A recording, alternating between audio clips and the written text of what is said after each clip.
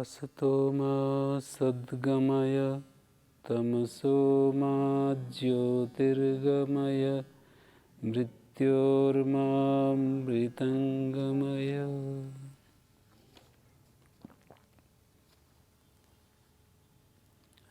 हम योग सूत्रों का स्वाध्याय कर रहे हैं। कल हम धारणा, ध्यान, समाधि के बारे में जो सूत्र पतंजलि ने बनाए हैं, देश बंधस चित्तस्य धारणा तत्र प्रत्येकतानता ध्यानम तदेव अर्थमात्र निर्भासम स्वरूप शून्यमिव समाधि, इन 3 सूत्रों पर थोड़ा विचार कर रहे थे। चित्त को किसी एक स्थान पर बांधने का नाम धारणा है। किसी एक स्थान पर, कोई भी वो एक स्थान हो सकता है, बाह्य देश भी हो सकता है और आध्यात्मिक देश भी। यहाँ पर व्यासदेव महाराज ने कहा है, नाभिचक्रे हृदय पुंडरी के मूर्धनि ज्योतिषी नासिकाग्रे जिह्वाग्रे। मूर्धा में जो ज्योति है या हृदय पुंडरी का हृदय कमल है, जिह्वा के अग्रभाग, नासिका के अग्रभाग, इत्येवम् आदिषु देशेषु बाह्य व विषय या किसी बाह्य विषय में चित्तस्य वृत्तिमात्रेण बंधा, चित्त का जो वृत्ति मात्र से बांधना है, इसको धारणा कहते हैं। वृत्ति मात्र का मतलब क्या है? चित्त का जो ज्ञानात्मक व्यापार है उसको वृत्ति कहते हैं। उस देश को ही केवल जानता रहे चित्त, इसको धारणा कहते हैं। जैसे मैं किसी फूल को देख रहा हूँ तो फूल को वृत्ति मात्र से फूल में चित्त को एकाग्र करना और कोई विषय बीच में ना आए, केवल फूल ही क्षण क्षण में फूल को ही मैं देखता रहूं, तो ये फूल के ऊपर धारणा कही जाएगी। ऐसे नासिका के अग्रभाग को मैं क्षण क्षण में मैं वृत्ति मात्र से मैं चित्त को वहाँ पर बांध कर रखूं। वृत्ति मात्र का मतलब मैं उसको जान रहा हूँ, उस चीज़ को जहाँ पर चित्त को मैंने एकाग्र किया है। ये वृत्ति मात्र से बांधना है चित्त का, तो इसको धारणा कहते हैं। और ये हम किसी बिंदु के ऊपर भी कर सकते हैं धारणा। बाहर किसी बिंदु को हम अपने मन में स्थिर कर सकते हैं कि इस बिंदु के ऊपर मैं अपने मन को एकाग्र रखूँगा, तो और कुछ भी उसमें विचार न आए, केवल वही जहाँ पर मन को टिकाया है वहीं टिका रहे, और बीच में कोई दूसरा कहीं का कोई विचार, भूतकाल का, वर्तमान काल का, भविष्यत काल का कोई भी विचार न आए, तो ये जो है धारणा कही जाएगी। धारणा में जैसा कि योग सूत्रकार ने कहा है, चित्त को वृत्ति मात्र से बांधना, उस स्थान को जानते रहना, उस स्थान पर मन को एकाग्र करना, वो एक अलग प्रक्रिया है। तज्जपस तदर्थ भावनम, वो धारणा की प्रक्रिया नहीं है, वो एक अलग प्रक्रिया है। धारणा, ध्यान, समाधि में किसी स्थान में या आध्यात्मिक देश में, देश बंध कहा है, किसी देश विशेष में चित्त को बांधना, ये धारणा का स्वरूप दर्शाया है। तो तज्जपस तदर्थ भावनम, जो पहले पाद में बात कही गई है कि ईश्वर के नाम का जप और उसके अर्थ की भावना, मन को जब हमने एकाग्र कर लिया कहीं किसी स्थान में, तो हम अलग से ईश्वर का नाम और उसके अर्थ का जप कर सकते हैं, शांत होकर, एकाग्र होकर। और यदि हम उस मंत्र के ऊपर केंद्रित हैं और हमारा मन और कहीं भी नहीं जा रहा है, और उसी के ऊपर हमने वृत्ति रूप से अपने चित्त को ठहरा दिया है, उन्हीं शब्दों के ऊपर, तो ये भी एक धारणा होगी, पर वो शब्दों के ऊपर धारणा होगी। एक साथ हमें 2 चीज़ों की धारणा नहीं होती है। ये समझने की बात है, बहुत महत्वपूर्ण, कि हम एक स्थान पर भी धारणा करें और उसके साथ किसी मंत्र के ऊपर भी धारणा करें। आपको यदि मंत्र के ऊपर धारणा करनी है तो वो मंत्र के ऊपर ही आपका चित्त लगा रहना चाहिए।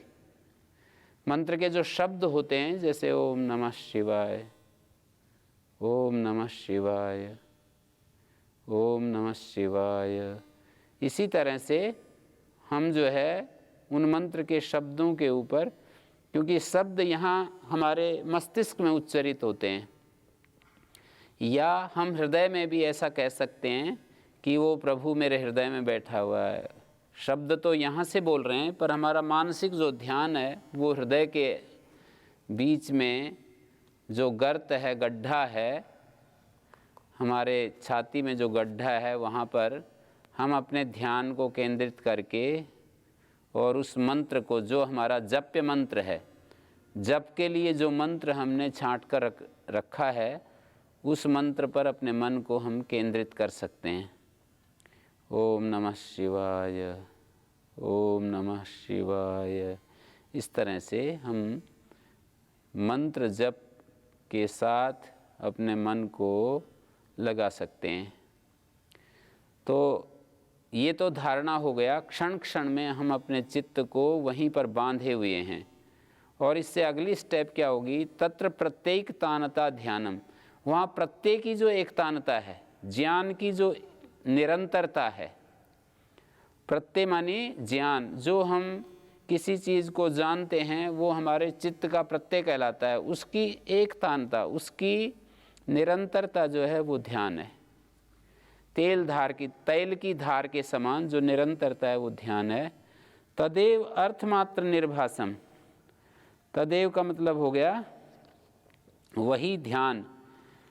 वही ध्येय ध्येयाकार जब हो जाता है, ध्येय के आकार को प्रकाशित करने वाला वही ध्यान, ध्येयाकार निर्भासम, अर्थमात्र निर्भासम।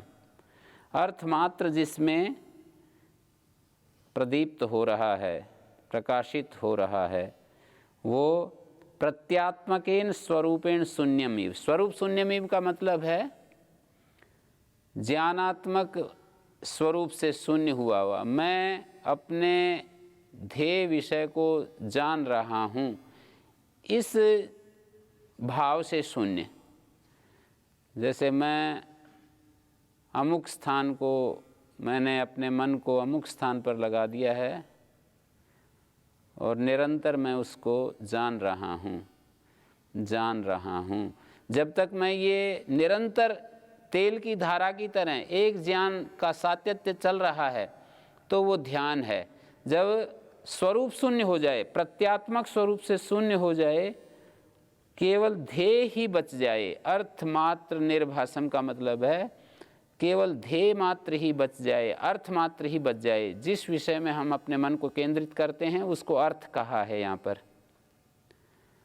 जहाँ पर अपने मन को हम स्थिर कर रहे हैं, पहले सूत्र में जिसको देश कहा वही यहाँ पर अर्थ बन गया है। इस सूत्र में देश बंधस चित्त से धारणा, देश में चित्त को बांधना वृत्ति के द्वारा, ये तो धारणा। और तत्र प्रत्येक तानत्या ध्यानम। तत्र मानी उस धारणा देश में ही प्रत्येक की जो एक तानता है, ज्ञान की जो निरंतरता है, वही ज्ञान निरंतर बना हुआ है, तो ये ध्यान है। और तीसरे सूत्र में कहा तदेव अर्थमात्र, वो ध्यान ही अर्थमात्र निर्भासम, जिसमें अर्थमात्र प्रकाशित है, स्वरूप शून्यमिव, प्रत्यात्मक स्वरूप से शून्य हुआ जैसा होता है, ध्येय स्वभावात वेशात तदा समाधिरिति उच्यते। ध्येय का ही आकार बच गया, बस ध्याता भी नहीं है और प्रत्यात्मक जो स्वरूप है, मैं ये ध्यान कर रहा हूँ, मैं इसको जान रहा हूँ, मैं इसको जान रहा हूँ, ऐसा भी भाव हमारे मन में नहीं है। केवल हम जो ध्यान की जो उत्कर्ष के कारण से ध्येय के आकार को ही हमारे चित्त ने धारण कर लिया है, तो इसको कहते हैं समाधि। ध्यान के चरम उत्कर्ष का नाम समाधि है। ध्यान का जो अंतिम कोटि का जो पराकाष्ठा है, ध्यान की जो एकाग्रता की जो पराकाष्ठा है, उसको समाधि कहते हैं। चित्त की स्थिरता की सर्वोत्तम अवस्था कह सकते हैं। चित्त इससे ज़्यादा और स्थिर नहीं हो सकता है। चित्त की जो पराकाष्ठा है स्थिरता की, उसको समाधि कहते हैं। तो ये समाधि का वर्णन करने के बाद ध्याता, ध्यान और समाधि, ध्याता, ध्यान और ध्येय, ध्याता, ध्यान ये दोनों रूप जहाँ पर ख़त्म हो जाएं और केवल ध्येय मात्र बच जाए तो उसको समाधि कहते हैं। और आगे कहा त्रयम एकत्र संयमा, ये तीनों जब एक विषय वाले होते हैं तो उसको संयम कहते हैं। एक विषयाणि त्रीणि साधनानि संयम इति उच्यते, इसकी पारिभाषिकी संज्ञा है ये इसकी एक संज्ञा बना दी। संयम, धारणा, ध्यान, समाधि जब एक विषय वाले होते हैं तो इन माने जिस स्थान में धारणा की वहीं ध्यान और वहीं समाधि, तो तीनों ही एकत्र संयम कहे जाते हैं। एक विषय वाले होते हैं तो उसको संयम कहते हैं।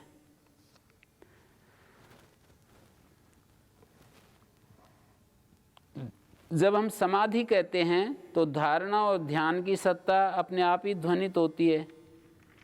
तो यहाँ पर एक ये बात प्रश्न उठ सकता है आप लोगों के मन में कि जब हमने समाधि कहा तो धारणा और ध्यान की सत्ता तो अपने आप हो गई, क्योंकि समाधि जो है धारणा की जो प्रकर्ष अवस्था है उसको ध्यान कहते हैं, और ध्यान की जो प्रकर्ष अवस्था है, उत्कर्ष अवस्था, धारणा की ही उत्कृष्ट अवस्था को ध्यान कहते हैं और ध्यान की उत्कृष्ट अवस्था को समाधि कहते हैं। तो समाधि कहने से ही धारणा और ध्यान अपने आप उसके अंदर समाहित हो गए। तो यहाँ समाधि को ही संयम कहना चाहिए था, धारणा ध्यान को अलग से क्यों कह रहे हैं? तो इसका उत्तर ये दिया जाता है कि संयम जो है ध्येय विषय के ज्ञान और उसके ध्येय विषय का ज्ञान और उसके ऊपर पूरा वशीकार, इस उपाय से कथित हुआ है। तो इनमें से एक ही विषय या ध्येय विषय की एक दिशा लेकर के समाहित होने से कार्य की सिद्धि नहीं होती। इन दोनों में ध्यान देने की बात यह है कि एक ही विषय या ध्येय विषय को एक दिशा पकड़ करके समाहित होने से कार्य की सिद्धि नहीं होती, परंतु विभिन्न दिशाओं में ध्येय विषय के अनेक भावों की धारणा करनी पड़ती है और समाहित होना पड़ता है। एक संयम में बहुत बार धारणा, ध्यान, समाधि हो सकती हैं। तो ये तीनों साधन ही संयम नाम से परिभाषित हुए हैं, धारणा, ध्यान, समाधि। और भाष्यकार ने आगे कहा है उस संयम के द्वारा परिणाम त्रयम साक्षात क्रियमाणम, इस तरह की भाषा आगे आएगी। धारणा, ध्यान, समाधि का बार बार प्रयोग करके साक्षात करने की बात कही है। तज्जयात प्रज्ञालोकः, उस संयम के जैसे, तज्जय शब्द है और पंचमी में तज्जयात बोला, संयम जैसे समाधि प्रज्ञा का जो आलोक है वो बढ़ता जाता है। ज्यों ज्यों संयम स्थिर होता जाता है समाधि प्रज्ञा निर्मल होती जाती है। आलोक का मतलब निर्मल, समाधि प्रज्ञा का निर्मलता बढ़ती जाती है। जैसे जैसे संयम की उत्कृष्टता आती जाती है, तज्जयात, संयम के जय होने से प्रज्ञा का आलोक और ज़्यादा निर्मल होता जाता है। तस्य भूमिषु विनियोगा, और उस संयम का अलग अलग अवस्थाओं में भूमियों में विनियोग करना चाहिए। संयम का जैसे एक भूमि हमने जीत ली तो उससे ऊंची वाली भूमि में उस संयम का प्रयोग करना चाहिए। वो प्राप्त हो गई तो उससे ऊपर वाली भूमि में संयम करना चाहिए। फिर उससे उत्कृष्ट भूमि में संयम करना चाहिए, ये बात कह रहे हैं। तस्य भूमिषु विनियोगा, उस संयम का अलग अलग भूमियों में, भूमि मानी चित्त की दशाएं जो हैं, चित्त की जो अवस्थाएं हैं, उनमें उसका विनियोग करना चाहिए। यहाँ पर एक बड़ा अच्छा एक संकेत दिया व्यास देव जी ने कि योगेन योगो ज्ञातव्या योगो योगात् प्रवर्तते यो अप्रमत्तस्तु योगेन स योगे रमते चिरम। योग के द्वारा योग को जानना चाहिए। योग ही हमारा उपाध्याय बन जाता है, आचार्य बन जाता है। योगो योगात् प्रवर्तते, योग ही योग से आगे बढ़ता है। यो अप्रमत्तस्तु योगेन, जो योग के विषय में अप्रमत्त है, सावधान है, स योगे रमते चिरम, वो देर तक योग में रमण करता है। त्रयम अंतरंगम पूर्वेभ्य, फिर एक बात कही कि धारणा ध्यान समाधि जो 3 अंग हैं योग के, इनमें त्रयम अंतरंगम संप्रज्ञात समाधेर पूर्वेभ्य यमादिभ्य, जैसे 8 योग के अंग बताए हैं। एक अंतरंग साधन होता है, एक बहिरंग साधन होता है। तो संप्रज्ञात समाधि का अंतरंग साधन है धारणा ध्यान समाधि, और उसका जो परोक्ष साधन है, बहिरंग साधन का मतलब परोक्ष साधन, परंपरा से जो साधन होता है।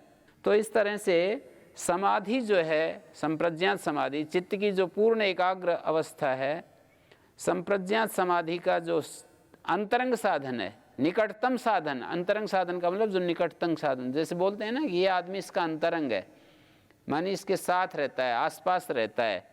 तो समाधि का अंतरंग साधन धारणा ध्यान समाधि, और बहिरंग साधन परंपरा से जो साधन है वो यम नियम आसन प्राणायाम प्रत्याहार, ये भी परंपरा से साधन बनते हैं। तदपि बहिरंगम निर्बीजस्य, और जो हमारी अंतरंग साधन जो त्रय है, तदपि बहिरंगम निर्बीजस्य, जो असंप्रज्ञात समाधि है, निर्बीज समाधि है, उसके धारणा ध्यान समाधि भी बहिरंग साधन बन जाते हैं। तदपि, वह भी, ये जो 3 साधन बताए, ये 3 साधन भी, धारणा ध्यान समाधि भी बहिरंग समाधि की, असंप्रज्ञात समाधि की दृष्टि से देखेंगे तो ये तीनों भी बहिरंग साधन बन जाते हैं। तो यम नियम आसन प्राणायाम ये बहिरंग साधन है संप्रज्ञात समाधि के। संप्रज्ञात समाधि के अंतरंग साधन हो गए धारणा ध्यान समाधि, और असंप्रज्ञात समाधि का अंतरंग साधन है संप्रज्ञात समाधि, और संप्रज्ञात समाधि से पहले जो धारणा ध्यान समाधि है वो बहिरंग साधन है। तो अंतरंग साधन त्रय भी निर्बीज समाधि की दृष्टि से बहिरंग है, ऐसा बताया। अभी आगे जो प्रसंग चल रहा है ये इसी की आधार से आगे बात कही जाएगी। ये आपने समझ ही लिया कि जो एक संप्रज्ञात समाधि होती है, एक असंप्रज्ञात, चित्त की 5 दशाएं होती हैं, क्षिप्त मूढ़ विक्षिप्त एकाग्र निरुद्ध। तो एकाग्र भूमि में संप्रज्ञात समाधि होती है, निरुद्ध भूमि में असंप्रज्ञात समाधि होती है। जब हमारा चित्त पूर्ण रूप से शांत हो जाता है और उसमें कोई वृत्ति नहीं रहती, कुछ भी वृत्ति नहीं रहती, किसी बाह्य ज्ञान को जब हम नहीं चित्त में उदय कर रहे हैं, किसी बाह्य ज्ञान को, बाह्य ज्ञान का मतलब अपने स्वरूप से बहिर्भूत किसी भी ज्ञान को हम नहीं देख रहे हैं चित्त के द्वारा।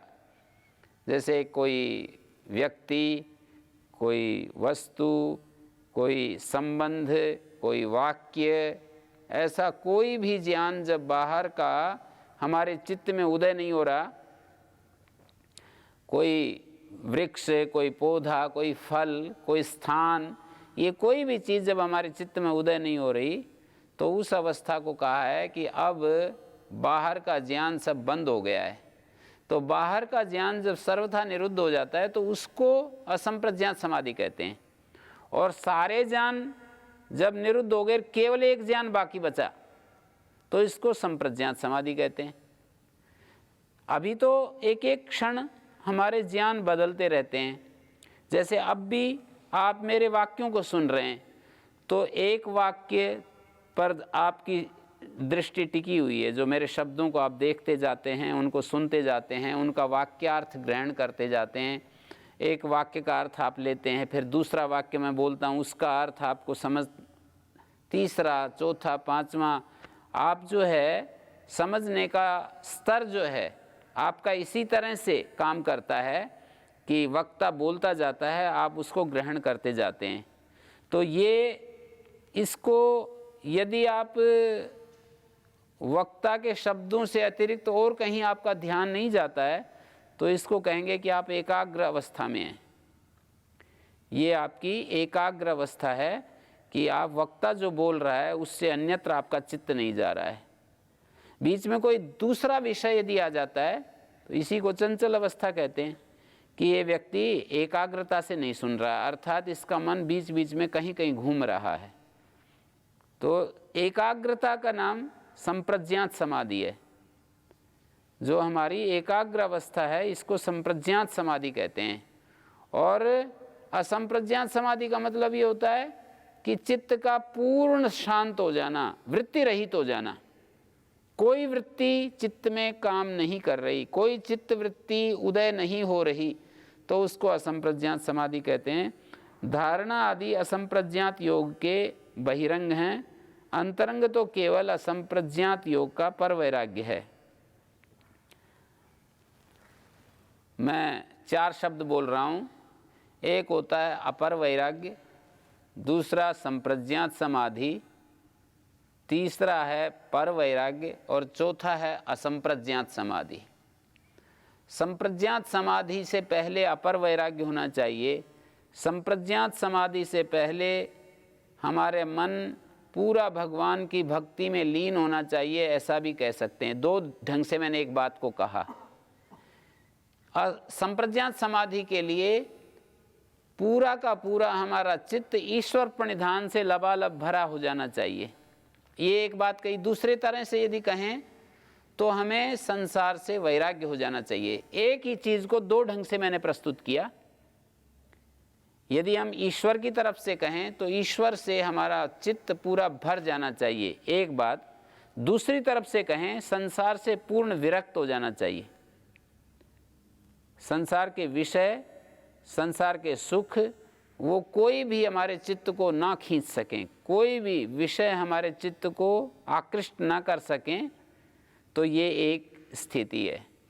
और हमारा मन भगवान के भक्ति में, उसके ज्ञान में, उसके स्वरूप में पूरा का पूरा डूब गया है। जब हम बाहर की दुनिया की कोई चीज़ स्मरण नहीं करते तो हम अपने अंदर बैठे हुए भगवान में लीन हो जाते हैं। हमारा चित्त या तो भगवान की उपासना करता है या संसार की उपासना करता है। संसार की उपासना करता है तो उसको सुख, दुख, मोह इत्यादि मिलते हैं। 3 चीज़ें मिलती हैं, सुखी, दुखी, मोही होता है। और भगवान की उपासना करता है तो वो ज्ञान की स्थिति में रहता है।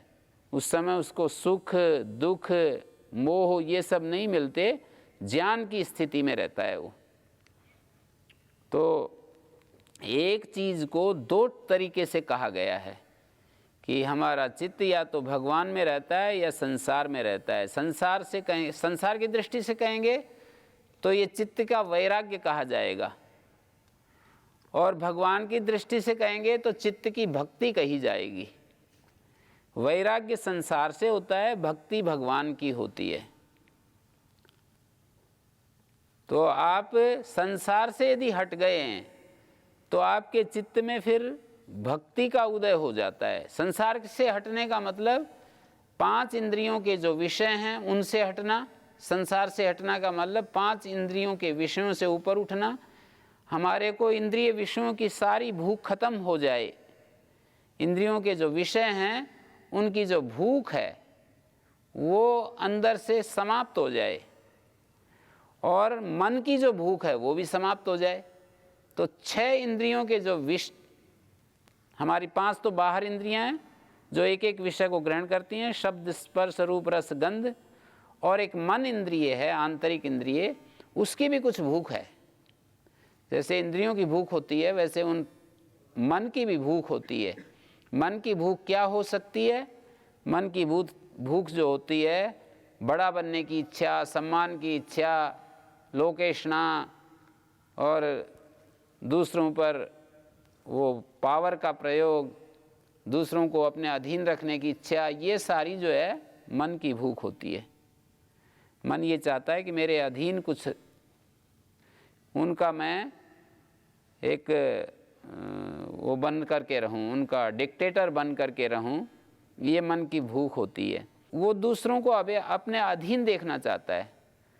मन को इसी से खुशी मिलती है कि उसके अधीन कुछ लोग रहें और उसके पास खूब सारी संपत्ति हो और उसको सभी लोग उसको सम्मान करें, कोई उसका तिरस्कार न करे और उसके पास सारे सब साधन हों। तो ये सारी मन की भूख है। तो एक तो इंद्रियों की भूख और एक मन की भूख, ये दोनों प्रकार की जो भूख हैं हमारे मन में रहती हैं, तो हम अभी संसार में खड़े हैं। यदि मन और इंद्रियों की भूख हमें लगी हुई है पीछे, तो इसका मतलब हम संसार में, दुनिया में खड़े हैं। और यदि हम दूसरी तरफ से कहें कि हमारा मन 24 घंटे भगवान में लीन है, तो फिर हम इस बात को यूं भी कह सकते हैं कि हम संसार से हट गए हैं। संसार से हटना और भगवान में लीन होना एक ही बात है। एक चीज़ को दो तरीके से कह दिया है। जैसे यूं कहें कि कोई व्यक्ति दुख मुक्त है, और दूसरे तरीके से कहें तो ये कहेंगे कि ये व्यक्ति ऐसे सुख को प्राप्त कर रहा है जो सुख भगवान में रहता है।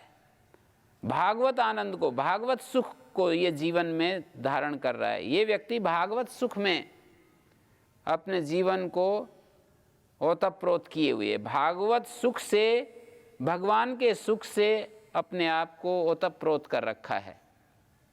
भगवान के ज्ञान से अपने आप को ओतप्रोत कर लिया है इस व्यक्ति ने। भगवान का आनंद और भगवान का ज्ञान, ये दो चीज़ें हैं। ज्ञान में तो हमारे को एक अनुभूति होती है, हम जो है एक होते हैं। जब वृत्ति रहित होते हैं तो हम भगवान के ज्ञान के साथ एक हो जाते हैं, और जब हमारा ज्ञान एक होता है भगवान के साथ, तो आनंद तो उसका परिणाम है, स्वतः फूटने लगता है। हम जब संसार में हमारा मन होता है तो भगवान से हम हटे हुए होते हैं। संसार में मन का मतलब हमारा मन विषयों में होता है, हमारा मन पावर में होता है, हमारा मन धन संपत्ति में होता है, हमारा मन सम्मान के लिए होता है। ये सारे संसार के रूप हैं। संसार बोले तो विषयों की पूर्ति, संसार बोले तो शब्द स्पर्श रूप रस गंध, संसार बोले तो शक्ति हाथ में होना चाहिए, संसार बोले तो साधन हाथ में होने चाहिए, साधन मेरे पास अधिक से अधिक हों। तो ये जो स्थिति है ये संसार में डूबे हुए व्यक्ति की है कि इंद्रियों के विषय अच्छे से अच्छे और ज़्यादा से ज़्यादा मिलें, उनकी क्वालिटी बढ़िया मिले। जो शब्द स्पर्श रूप रस गंध हैं उनकी क्वालिटी बहुत ही उत्तम होनी चाहिए, ऐसा मन का डिमांड होती है। हमारे मन की ऐसी इच्छा होती है कि मेरे को सभी लोग सम्मान करें, मेरे हाथ में शक्ति हो, मेरे नियंत्रण में लोग मेरे पीछे चलें और मेरे हाथ में पावर होनी चाहिए। ये सब मन की मांग होती है और यही संसार है। इंद्रियों की मांग होती है, मन की मांग होती है, यही संसार है। और दूसरी तरफ हम यूँ कह सकते हैं कि जब हम अपने मन से इन कामनाओं को, इन इच्छाओं को निकाल देते हैं तो हमारा मन भगवान में होता है, पूर्ण आनंद में होता है, और उस समय हमें कोई किसी प्रकार की उलझन, किसी प्रकार का झंझट नहीं होता। हमारा मन पूरा पीसफुल होता है, पूरा हैप्पीनेस में होता है, आनंद में होता है। तो ये एक स्थिति बताई जाती है। ये आप लोगों को इस चीज़ को इसी तरह से समझना होगा कि मन या तो संसार में होता है या भगवान में होता है। संसार में होता है तो विषयों की इच्छा होती है, सम्मान की इच्छा होती है, लोकेशना होती है, धन संग्रह की इच्छा होती है, साधनों को इकट्ठा करने की इच्छा होती है।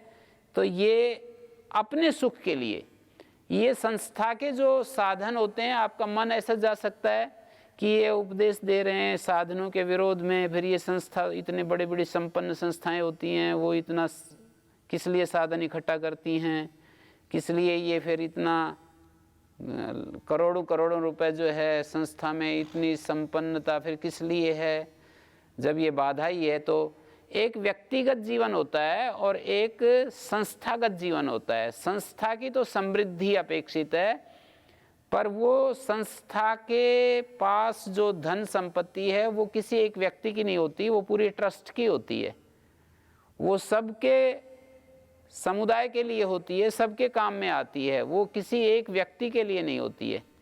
तो आप यहाँ पर जितने लोग रहते हैं, व्यक्ति को तो निर्धनता का जीवन, तपस्या का जीवन विधेय है। एक एक व्यक्ति के स्तर पर देखा है। निर्धनता से मेरा मतलब है कि तपस्या का जीवन, बिना धन वाले व्यक्ति का जैसे जीवन होता है, व्यक्ति को तो तपस्या का जीवन और संस्था का जो जीवन है वो पूर्ण समृद्धि का। संस्थागत जो जीवन है, संस्था मकान भी बनाएगी, रहने के लिए आवास बनाएगी, खाने पीने का प्रबंध करेगी, और उसमें आपके मन के ऊपर वो उस तरह का एक अहंकार जो छाया रहता है, परिग्रह वृत्ति होती है व्यक्तिगत तौर पर, वो नहीं होती है संस्था की समृद्धि के साथ। आपका जो अहम है वो उस चीज़, उन वस्तुओं को, उस संपत्ति को अपने साथ जोड़ करके नहीं देखता व्यक्तिगत रूप से। ये तो आप जोड़ते हैं कि हमारा संस्था है, हमारा ये आश्रम है, इस तरह से तो होगा, व्यवहार में ऐसा बोलेंगे भी, पर आपको व्यक्तिगत रूप से वो जो संस्था के पैसे हैं उनको आप अपना नहीं कह सकते। मन में भी नहीं आती है कि वो मेरे हैं, भाई ये तो एक आश्रम के पैसे हैं, ट्रस्ट के पैसे हैं, इसमें मेरा कोई अधिकार नहीं है। तो ये बात कही जाती है कि हमारा जो है दुनिया से वैराग्य, और दूसरे शब्दों में भगवान में स्थिति, भगवान में अपनी जो दृढ़ स्थिति है वो या तो हो या दुनिया से वैराग्य हो जाए, एक ही बात है। इसको अपर वैराग्य कहा है। भगवान से जब हम भगवान में हमारा मन हो जाता है या दुनिया से वैराग्य हो जाता है, तो इसका साक्षात जो परिणाम होता है वो समाधि है। कौन सी समाधि? पहले वाली समाधि, संप्रज्ञात समाधि।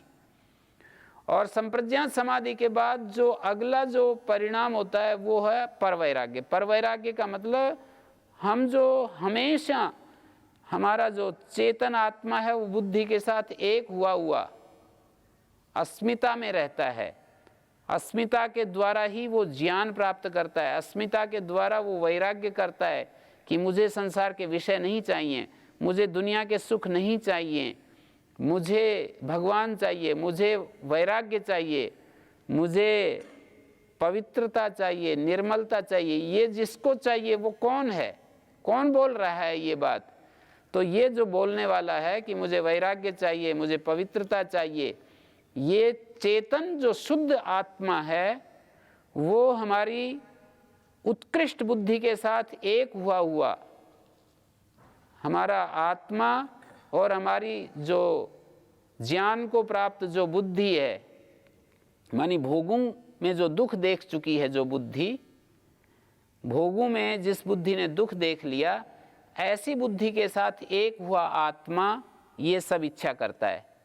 और जब बुद्धि में पूरा ज्ञान होता है तो ये इस तरह की इच्छा नहीं होती है बुद्धि के अंदर, मुझे ज्ञान चाहिए, मुझे भक्ति चाहिए, मुझे पूर्ण स्वाधीनता चाहिए, स्वतंत्रता चाहिए, मुझे पवित्रता निर्मलता चाहिए, मुझे इंद्रियों पर वशित्व चाहिए, मुझे संसार के विषय नहीं चाहिए।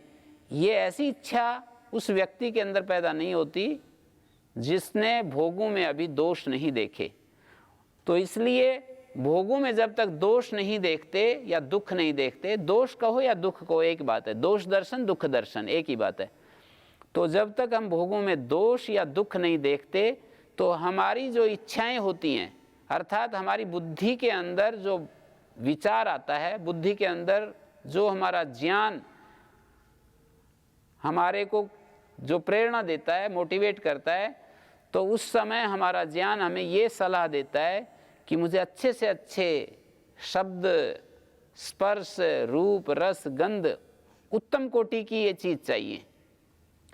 सभी व्यक्ति अपनी स्थिति के अनुसार, अपनी जो उनकी हैसियत है उसके अनुसार अच्छे से अच्छे इन चीज़ों का उपयोग करना चाहते हैं, शब्द, स्पर्श, रूप, रस, गंध। तो ये भोग की स्थिति है। जब आदमी को भोगों में दुख नहीं दिखाई देता, दोष नहीं दिखाई देता, तो उसकी बुद्धि में यही विषय आते हैं कि मेरे को अच्छी पत्नी चाहिए, मेरे को अच्छा पति चाहिए, अच्छी नौकरी चाहिए, मेरे पास अच्छे साधन होने चाहिए, मेरा समाज में रेपुटेशन होनी चाहिए। तो ये सारी चीज़ें जो है हमारी जो एक स्थिति है अज्ञान की, उसके अनुसार हमारे अंदर ये इच्छाएं पैदा होती हैं। मुझे ये सारा तामझाम जो है जीवन का मुझे अपेक्षित है, अभी मैं अभी ये काम करूँगा और अभी मैं पूरा वैराग्य धारण करने के लिए मेरी कोई इच्छा नहीं है, ऐसा उसकी मन स्थिति बनती है। और भी गहरा यदि अज्ञान हो तो उसकी इच्छा फिर छीना झपटी करके, दूसरों के साथ लड़ाई करके, युद्ध करके, कैसे भी वो फिर साधनों को जुटाना चाहता है। पूरा अज्ञान भी न हो और पूरा ज्ञान भी न हो, बीच की मध्यम स्थिति होती है। ऋषियों के वचनों पर उसको आस्था होती है, श्रद्धा होती है, धर्म कर्म में श्रद्धा होती है, कर्म फल को विश्वास करता है कि गलत काम करने से गलत फल मिलेगा, अच्छा काम करने से अच्छा मिलेगा। ऐसी यदि मन स्थिति है पर ज्ञान भी नहीं है तो वो व्यक्ति सीमित भोगों को प्राप्त करना चाहता है। विवाह करेगा, एक पत्नी व्रत, एक पति व्रत धारण करेगा, समाज की मर्यादाओं को देखेगा और परंपराओं को देखेगा, और जो हमारे ऋषि मुनियों की जो व्यवस्था थी उससे विरोध में नहीं जाएगा, ऐसा सब कुछ करेगा। किंतु पूरा संसार को त्यागना भी नहीं चाहेगा और उसको इतने नीचे स्तर पर भी नहीं जाएगा कि गलत साधन, सही साधन, जैसे भी कुछ भी हो, मेरे पास पैसे होने चाहिए, मेरे पास ये वो होना चाहिए, मतलब वो इतने नीचे पतन के स्तर पर भी नहीं जाएगा। पर आदमी में ज़्यादा ही भोग की मात्रा बढ़ जाए, ज़्यादा ही अज्ञान यदि सक्रिय रहे तो आदमी का जो अज्ञान है उसको कुछ भी करवा सकता है। उसके सामने फिर मर्यादाएं समाप्त हो जाती हैं, सीमा समाप्त हो जाती है कि मैं इससे आगे नहीं बढ़ूंगा। वो कहीं भी गिर सकता है, कहीं भी उसके जीवन का पतन हो सकता है और कैसा भी वो रूप धारण कर सकता है। आप समझ गए होंगे हमारी मन की जो स्थितियां हैं वो ऐसी ऐसी होती हैं। अज्ञान की दशा में हम कहीं भी गिर सकते हैं, मध्यम ज्ञान की स्थिति में हम एक सीमा में, मर्यादा में भोगों को उपभोग करते हैं, और ज्ञान की यदि उत्तम स्थिति है, मतलब भोगों में यदि दुख दिखाई देने लगा, तो हम फिर इस तरह की इच्छाएं हमारे अंदर, पहले हम चीज़ों को पाने की इच्छा करते थे धर्म पूर्वक, अब धर्म पूर्वक भी उन चीज़ों को नहीं चाहते हैं। धर्म पूर्वक ही सही, जैसे धर्म पूर्वक ही ये विवाह आदि धर्म पूर्वक ही होते हैं, तो फिर भी वो कहेगा कि नहीं, मेरे को धर्म पूर्वक भी ये चीज़ नहीं चाहिए, मैं पूर्ण स्वाधीनता चाहता हूँ, पूर्ण पवित्रता चाहता हूँ, जीवन में मैं संबंधों में निर्लिप्त रहना चाहता हूँ, और इस रास्ते में मैं चलूँगा तो मुझे कुछ न कुछ अपना मन, अपनी ऊर्जा, अपना शक्ति उसके पीछे लगानी पड़ेगी। तो इसलिए मेरा वो रास्ता नहीं है, मेरा वो मार्ग नहीं है, ऐसा सोचने लगता है।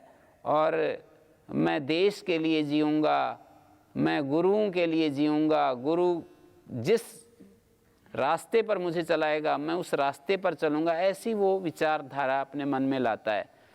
तो ये कब होता है? भोगों में जब व्यक्ति दुख देखता है। भोगों में दुख देखने से यहाँ से शुरुआत हो जाती है, और वो व्यक्ति जब ज्ञानवान हो जाता है तो ज्ञान की स्थिति में उसको फिर ये सब स्पष्ट रूप से उसको ये चीज़ें उसके मन में आती हैं। तो मैंने कहा कि पहले अपर वैराग्य होता है, अपर वैराग्य के बाद उसका मन शांत हो जाता है, समाहित हो जाता है, इसी को संप्रज्ञात समाधि। अपर वैराग्य होगा तो वो उसका मन इधर उधर उछल कूद करेगा ही नहीं। ये तो संसार के विषय हैं जो हमारे मन को खींच करके उधर ले जाते हैं। जब हमारे कोई आकर्षण ही नहीं, हमारे मन का कोई आकर्षण ही नहीं बचा, तो फिर शांत हो जाता है। इसी को समाधि कहते हैं। मन हमेशा जब समाहित रहे और उसमें कोई इच्छा अतिरिक्त पैदा न हो, तो इसका समाधि, इसको कहा जाता है समाधि। और समाधि के बाद जो अगली स्टेज आती है वो परवैराग्य की है। परवैराग्य में व्यक्ति बुद्धि से भी, जिस बुद्धि से इतनी तरक्की की, उस बुद्धि को भी कह देता है छोड़ो। जैसे किसी नौका से हमने एक घाट से दूसरे घाट पर पहुंच गए, किसी नौका से हमने एक नदी के इस किनारे से परले किनारे पहुंच गए, तो फिर उस नौका को वहीं छोड़ देते हैं और हम परले पार चले जाते हैं। इसी तरह से हम जिस बुद्धि से इतना विकास किया, चीज़ों को हमने समझा, उस बुद्धि का भी त्याग कर देते हैं। बुद्धि का त्याग करने का मतलब शांत हो जाते हैं। बुद्धि से अब पाने के लिए कुछ बचा नहीं।